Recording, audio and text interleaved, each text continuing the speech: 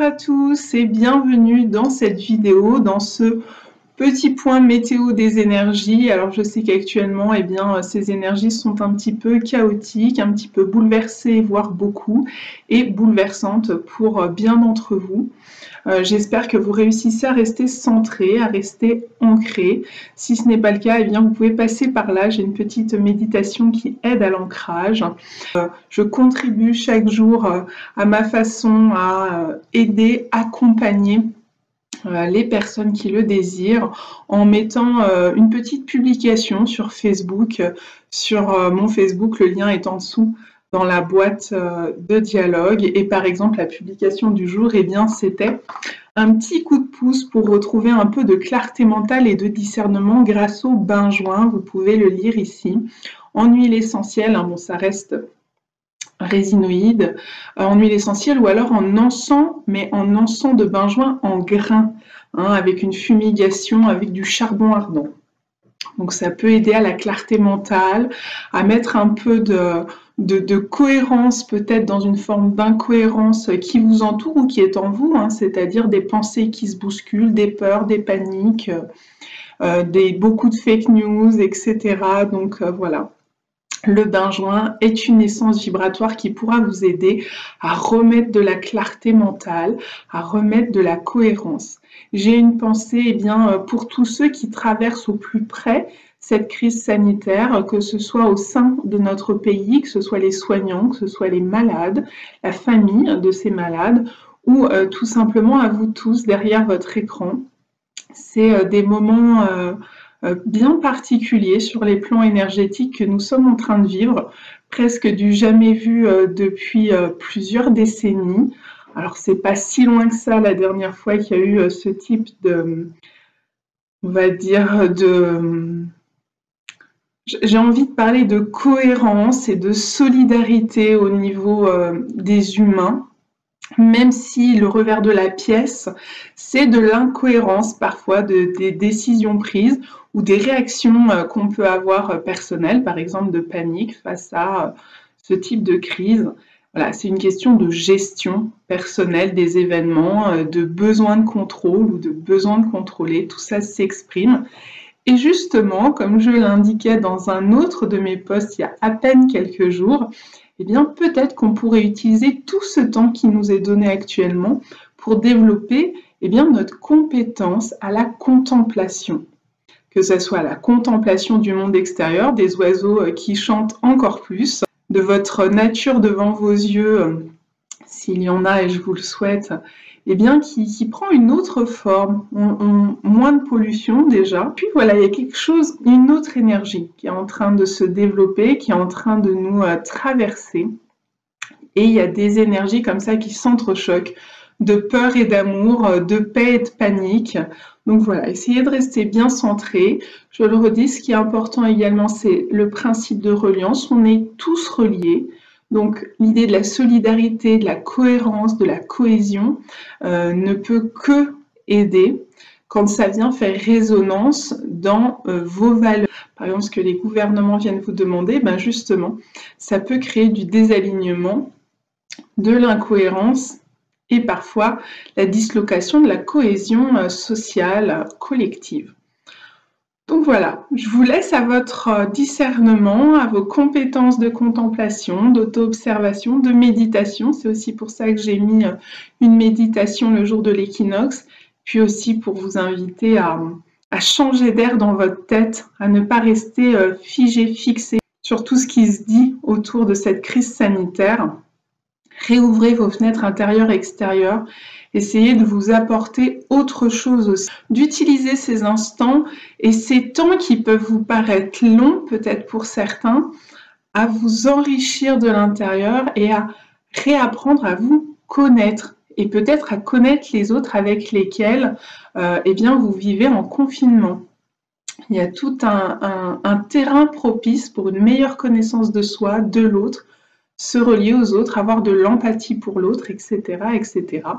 Et aussi, ça peut mettre à jour d'énormes failles parfois dans le relationnel, quand on est comme ça 24 heures sur 24, tous ensemble. Donc, pour les énergies du mois d'avril, je vais faire un tirage pas pour tous les signes parce que je continue de travailler, je travaille à distance donc je continue de travailler, en plus des accompagnements que je suis ravie de mettre en place pour vous et répondre à vos demandes et à votre besoin et de traverser ce passage, parfois même d'être éclairé sur autre chose dans votre vie, mais d'utiliser justement ce temps qu'on a actuellement pour aller creuser ensemble ce qu'il y a à mettre au jour, ce qu'il y a à éclairer, et donc à apprendre à nouveau ses propres schémas de fonctionnement et à se connaître pendant ce temps-là.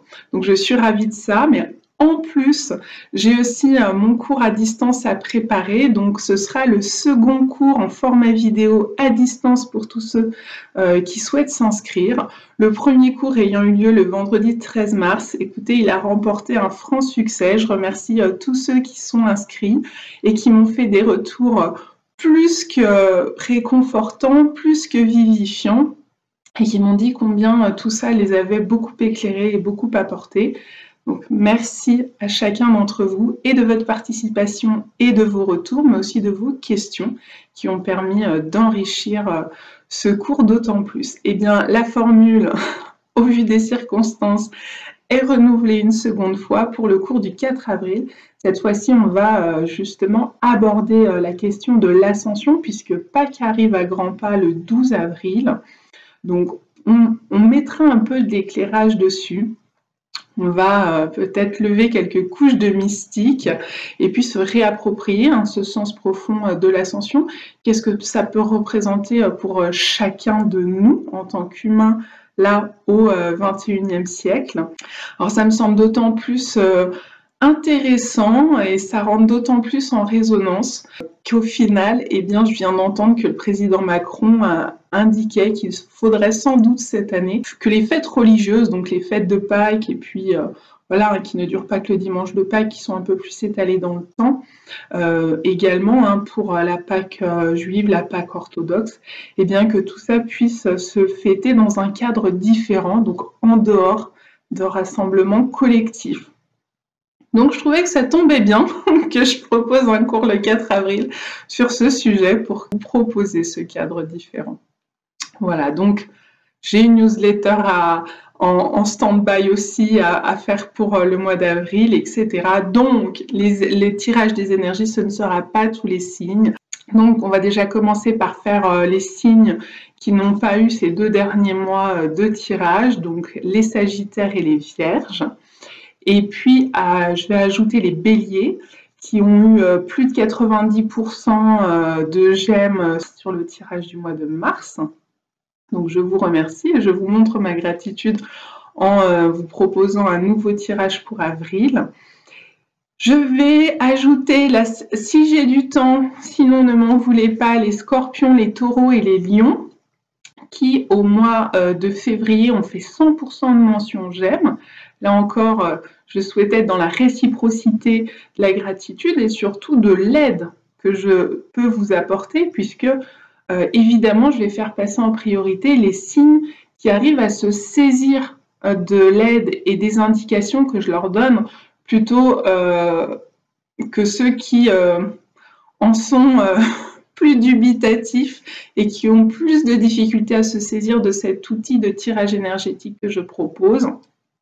Et enfin, peut-être, les Verseaux, parce que vous avez eu effectivement 100% février. D'ailleurs, c'est pour ça que j'ai reconduit un second tirage en mars pour vous. Mais aussi et surtout, vous êtes juste derrière les Béliers du tirage du mois de mars. Donc, il y a eu beaucoup de vues, beaucoup de j'aime. Le rapport de j'aime est un petit peu moins haut en pourcentage. Voilà, donc les Verseaux, vous aurez peut-être la joie de découvrir un tirage pour le mois d'avril. Je dis découvrir parce que je pense les faire au fil du mois d'avril. Comme j'ai beaucoup d'actualités et d'activités tout début avril, donc il se peut que ces tirages soient publiés, mis en ligne sur cette chaîne, pas à pas, petit à petit. Enfin, dernier point pour les Verseaux, parce que si jamais je n'arrive pas à tenir cet emploi du temps, eh bien sachez que Saturne passe le 22 mars dans votre signe, il quitte le Capricorne, ce qui peut soulager les 4 signes cardinaux, c'est-à-dire Capricorne, Cancer, Bélier, Balance. Donc Saturne va faire une petite incursion en Verseau jusqu'au début juillet. Pourquoi les Verseaux, je vous en parle? Parce que j'ai envie de dire, soyez attentifs du coup à ce qui va se passer durant les prochains mois, le type d'énergie auquel vous allez être confrontés. Pourquoi? Parce que Saturne repartira en juillet chez lui, il retournera en Capricorne jusqu'à la fin de l'année, mais il va revenir ensuite pour 3 ans chez vous. Donc début 2021 et pour 3 ans.